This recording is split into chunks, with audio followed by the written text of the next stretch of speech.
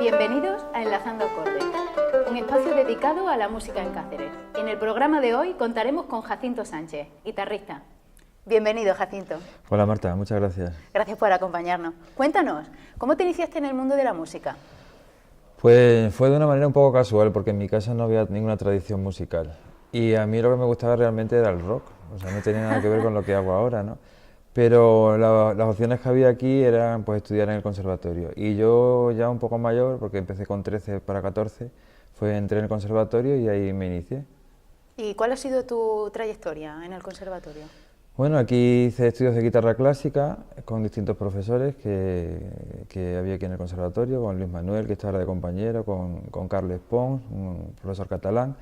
Y una vez que terminé el grado profesional, pues sí que me llamaba mucho el intentar dedicarme más, se me daba bien y tenía en cierta forma cierta facilidad, y empecé un poco a explorar fuera ya de aquí de la comunidad, y fue cuando ya realmente sí que me di cuenta que me quería dedicar a, pues, a hacer música. ¿Fue a través de los cursos de perfeccionamiento cuando te decidiste? Pues sí, sobre todo cuando sales un poco de lo que ves aquí en tu ciudad, ¿no? y ves otra forma de ver la música, chicos de tu misma edad que llevan ya una trayectoria, que están haciendo cosas muy importantes o que viven la música de otra manera más profesional, pues entonces te cambia un poco la mentalidad, ¿no? De no solamente ir a clases y recibir una formación como una actividad más, sino que el gusanillo por la música se te desata de otra manera. Además, o sea, tu gusanillo también se vio que además de la guitarra te gustaban otros instrumentos. Sí, bueno, eso me pasó luego ya después de estar ya tiempo tocando guitarra y habiendo terminado los estudios, digamos, superiores. Siempre me gustó mucho la música antigua, mucho, y tuve la oportunidad de conocer a gente que me facilitó el acercarme a ese mundo. Y entonces, pues, eso, afortunado por acercarme a ese mundo, desafortunado porque como al final empiezas a tocar un montón de instrumentos, ¿no? Pues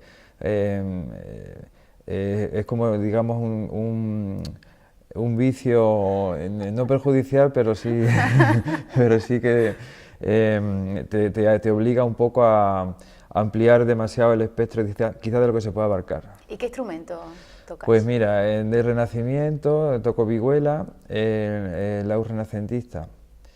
Después de barroco toco guitarra barroca, toco tiorba y luego también guitarra clásico romántica, que es una guitarra anterior, digamos, a esta que guitarra que conocemos. Y aún sigo tocando guitarra, digamos, la guitarra española o clásica, como la queramos decir, pues tampoco la he dejado, me gusta mucho. Entonces, pues las horas de estudio se tienen que dividir y tienes que abarcar muchos campos, ¿no? Y esa es la complicación. Entonces, además de diversos instrumentos, abarca diversos estilos musicales, ¿no? Sí, intento abarcar. En el conservatorio ya nos inculcamos a los alumnos y también a nosotros que tenemos que ver todas las épocas y estilos de todas esto.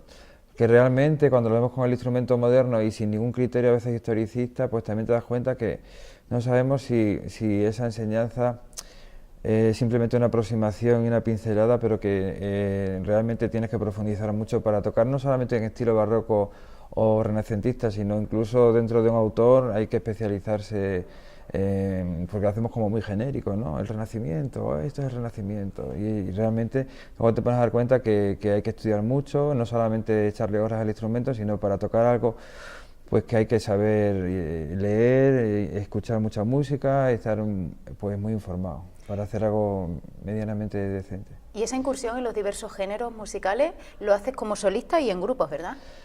Pues sí, como solista me sigue gustando hacer recitales. Unos son con guitarra clásica, pues música española, incluso contemporánea, o si son temáticos de Renacimiento o barroco tal, y luego con grupos pues he tenido suerte siempre de intentar rodearme con gente, siempre digo, mucho mejor que yo, para aprender de ellos, y entonces pues claro, en ese sentido he tenido mucha suerte. Aquí en Cáceres empecé tocando con Antonio Esmeralda, un violinista magnífico, hicimos varios recitales y tenemos un buen proyecto de dúo de guitarra y violín, con Julián Carriazo de Plasencia con Púa. con algunas agrupaciones de aquí de Cáceres, como Quinta Paz, con Rosario Cruz, hicimos algunas cosas. Y luego, pues lo que más he hecho es con cantantes, sobre todo con mi compañera María Eugenia Boix, el dúo Orfeo, que es con los que más conciertos hemos hecho por muchos festivales y muchos lugares. Además, un grupo muy bueno que yo he escuchado. Bueno, muchas gracias. Pero también haces cosas más modernillas, ¿verdad? Sí, bueno, aquí también tenemos un grupo de Dixieland en Cáceres hace ya muchos años, de compañeros de conservatorio, que nos divertimos mucho tocando. Yo ahí toco el banjo, bueno, lo toco, ahí lo aporreo, ¿no? Porque no soy un virtuoso en ese instrumento, pero bueno, ahí es más una diversión y una forma lúdica de ver la música, ¿no? Y de hacer algo todos juntos. Está muy bien. Además de tu faceta como intérprete y como profesor, eres el director de la Asociación de Guitarra Clásica Ángel Iglesias. Cuéntanos un poquito qué labor lleváis a cabo. Bueno, pues esta es una asociación que nació ya hace bastantes años, como unos 10 años así, para toda Extremadura quisimos hacerla. Entonces unos cuantos compañeros, todos guitarristas, profesores de conservatorio, Fernando Bermejo, Damián, Martín, Ignacio Garrido, Ana Moríñigo, unos cuantos, hicimos la asociación pues para hacer actividades que veíamos que aquí en la comunidad no existían, ¿no? Entonces hicimos un festival internacional de guitarra clásica aquí en Cáceres, el Norba Cesarina. Hicimos un concurso de composición para guitarra de música contemporánea hispano-luso. Un concurso infantil y juvenil también para niños y pequeños, pero con mucho esfuerzo. Ha sido duro. Muy duro, muy duro. De hecho, el festival este año del Norba Cesarina no se hace. El concurso de composición hispano-luso ya hace varios años que tampoco se hace, porque es difícil. O sea, el tema de la cultura es difícil, el tema de la música es todavía más difícil. Y en la región que estamos y en la comunidad que estamos, pues la música aún le queda un larguísimo camino. Eso es verdad. Pero pese a las dificultades, habéis producido muchas publicaciones, ¿verdad? Bueno, hemos producido no tantas como quisiéramos, porque sí que había material para hacer cosas muy interesantes y de hecho nos ha penado de no poder seguir haciendo esa producción, pero sí hicimos La vida de Ángel Iglesias, que la rescatamos con un proyecto de investigación muy interesante, un guitarrista de Extremadura que no se conocía nada de él y que tuvo tanta importancia como Andrés Segovia o Regino Sainz de la Maza o cualquiera de ellos. Rescatamos las grabaciones de discos de pizarra que hizo en Dinamarca en los años 40, que están aquí en el CD, y hicimos una publicación de su biografía. También del concurso de composición hispano-luso se hizo una edición de todas las obras ganadoras, unas con carácter didáctico y otras de libre creación, y se grabaron esas obras también por guitarristas de alto prestigio.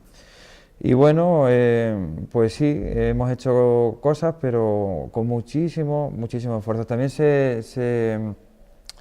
conseguimos que Joaquín Clé grabase el concierto para guitarra y orquesta que se llama Concierto de Cáceres, con mucho esfuerzo y mucha pelea con la Orquesta de Extremadura, con la cual siempre hemos tenido una relación muy difícil, muy difícil.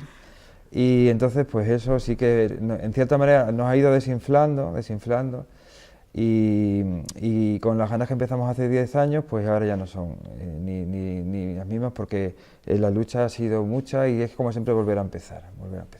Bueno, aún así se ve que los frutos han sido buenos, a pesar de la dificultad. Sí. Bueno, además de tu faceta como director en la asociación, como instrumentista, has sido profesor tanto en el conservatorio como en la Universidad de Extremadura. Sí. ¿Podrías contarnos un poco en qué se diferencia la enseñanza musical de la universidad con la del conservatorio? Bueno, yo llegué en el año 97 a la universidad y hasta el año pasado que ya me fui, pues ya creí que había hecho ya un periodo allí. Yo en la universidad nunca estudié en la universidad, siempre en conservatorio, y tenía un concepto diferente de lo que podía ser. Sí que me sorprendió cuando llegué esas clases masificadas de 90 alumnos en la especialidad de musical y de formación instrumental, a 90 flautas chirriantes, horrorosos en los oídos. Yo allí realmente me ha costado mucho ver la esencia de la música y de la enseñanza musical, y nunca comprendí cómo se pretendía hacer un maestro, yo que llevo toda la vida estudiando y no sé nada, un maestro de música en 3 años sin tener una formación previa. Entonces la especialidad desapareció, los compañeros que siguen allí haciendo una labor muy digna, pero creo que el enfoque que se le ha dado a la música en la universidad es totalmente absurdo. O sea, en ese sentido es un absurdo. El conservatorio, bueno, pues tiene una lógica un poquito más pero le falta también un lavado de cara, o sea, remover las entrañas de ese conservatorio y cambiarle toda la forma de la pedagogía. Daos cuenta que en el conservatorio seguimos enseñando como hace 40 años. O sea, no hay especialidad de profesores que se especialicen en los alumnos que están en infantil con ese periodo, o en un primer ciclo de grado medio, o en último ciclo. Entonces el profesor tiene que adaptarse a niños de 7 años y al adulto que viene ya con 18, 19 tocando ya tal. Y eso no se da en ninguna especialidad nada más que en estos conservatorios que tenemos. Luego los conservatorios superiores, que yo no he dado clase, pero también la opinión de ellos, no están en la universidad, están como en un limbo ahí todavía que no acaban de estar. En resumen, pues yo no sé si servirá de algo, pero que la música, que en otros países tiene una importancia muy grande, aquí, cuando no ha habido época de crisis, estaba mal y empezó un poco como a despertar.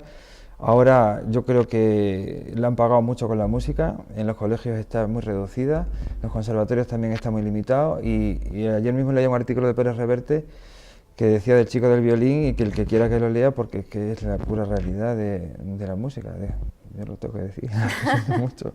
Lo leeremos. Bueno, muchísimas gracias por tus palabras, por acompañarnos hoy y me gustaría pedirte si pudieses interpretarnos alguna pieza que nos gustaría escucharte, por favor. Vale, bueno, voy a tocar alguna cosita con mi abuela, una fantasía de Luis Milán, una cosita breve por que la veáis.